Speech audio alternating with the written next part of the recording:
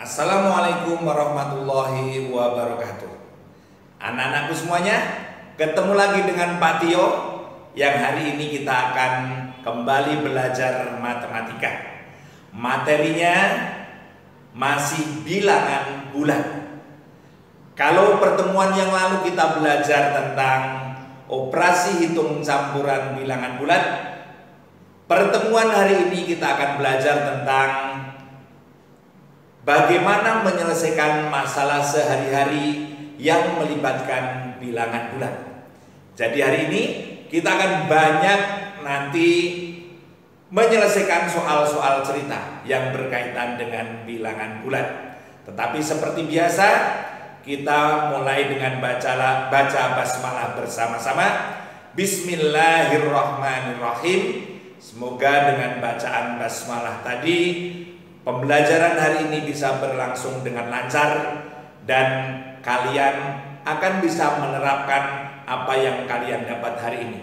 Jadi target hari ini adalah kalian bisa menyelesaikan soal cerita yang berkaitan dengan bilangan bulat. Oke anak-anak, materi yang akan kita bahas hari ini adalah menyelesaikan soal cerita yang berhubungan dengan bilangan bulat. Oke, apa saja ketentuan-ketentuan yang harus kita lakukan? Nah, untuk menyelesaikan soal cerita itu sangat mudah sebenarnya. Yang harus dilakukan yang pertama adalah baca soal cerita dengan teliti sambil dipahami ceritanya. Yang kedua, tentukan hal yang diketahui dari soal cerita tersebut. Jadi kamu nanti harus menuliskan apa yang diketahui. Yang ketiga, kamu harus tahu apa yang ditanyakan. Tentukan hal yang ditanyakan. Nah, yang keempat, kalau memang memungkinkan, maka buatlah model matematika yang sesuai. Setelah itu, baru selesaikan soal menggunakan model matematika yang telah dibuat. Dan setelah kamu merasa sudah selesai mengerjakan semua, ingat langkah yang keenam, yaitu periksa kembali jawaban yang didapat, sesuaikan dengan yang ditanyakan. Kalau sudah yakin, kamu bisa pindah ke soal berikutnya. Mudah bukan? Kita langsung ke contoh. Yang pertama, contoh yang pertama. Pak Tio akan baca. Tadi langkah yang pertama adalah baca dan pahami apa sih ceritanya. Seorang penyelam mula-mula berada 3 meter di bawah permukaan laut. Selanjutnya, ia menyelam lagi ke arah bawah sejauh 4 meter. Di manakah posisi penyelam sekarang? Oke, kita lihat di sini. Apa sih yang diketahui? Kita harus menuliskan. Oke, jadi cara mengerjakannya, pertama kita tuliskan diketahui. Apa yang diketahui?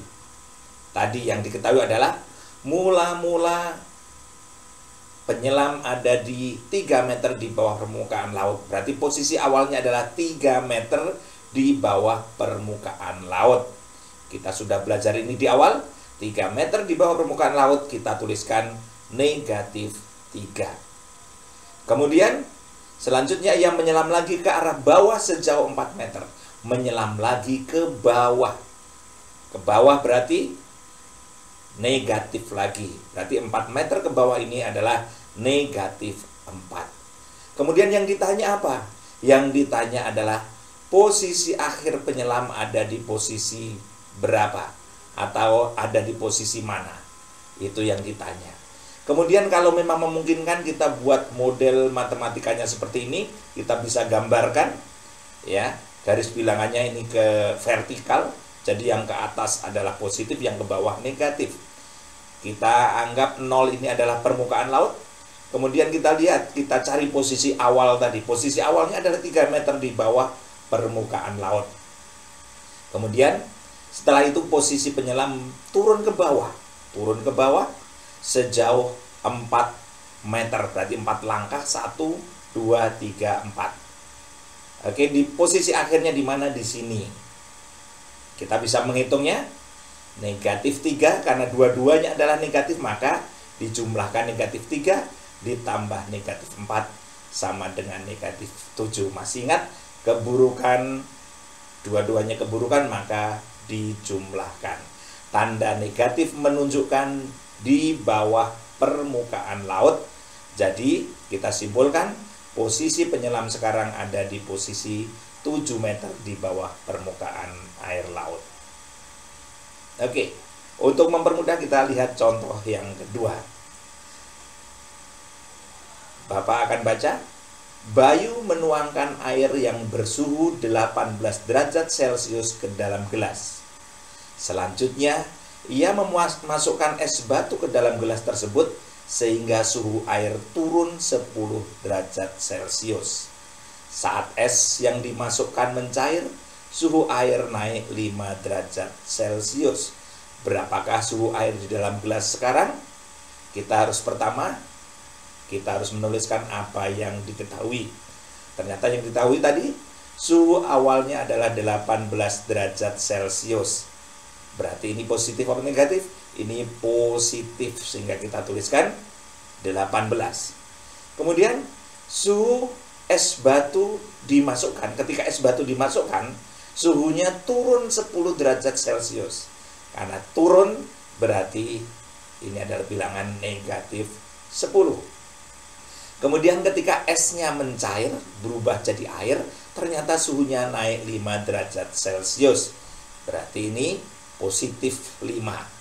Yang ditanya apa? Yang ditanya adalah suhu air dalam gelas sekarang ini berapa derajat Celcius.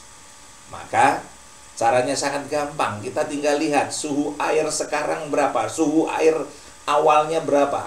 18 derajat Celcius. Kemudian ketika dimasukkan berarti ditambah tapi ditambahkannya negatif, ya. Jadi tadi batunya ditambahkan ke air, berarti es batunya ditambahkan ke air berarti ditambah, tapi ditambah negatif karena tadi suhunya menyebabkan turun, maka ditambah negatif 10 ditambah 5. Mana dulu yang dikerjakan? Yang depan yang dikerjakan dulu, maka kita kasih tambah kurung untuk mempermudah, sehingga 18 ditambah negatif 10, ini dalam kurung, ditambah 5. Nah, 18 ditambah negatif 10 masih ingat? Kebaikannya 18, keburukannya 10. Kalau berbeda, satu baik satu buruk, maka saling mengurangi. 18 kurang 10 itu 8. Karena kebaikannya lebih banyak, maka 8 positif. Ditambah dengan yang belum kita lakukan, yaitu ditambah 5. Sama dengan 13. Sehingga suhu air dalam gelas sekarang adalah 13 derajat Celcius. Mudah bukan? Oke. Alhamdulillah, ya. Nanti Bapak minta setelah selesai kita materinya ini, silahkan kalian bisa buka tugas di e-classroom. Baca dan ikuti perintahnya. Alhamdulillahirrabbilalamin. Akhirnya kita bisa selesai belajar hari ini tentang bagaimana memecahkan masalah-masalah yang berkaitan dengan bilangan bulan dalam kehidupan sehari-hari.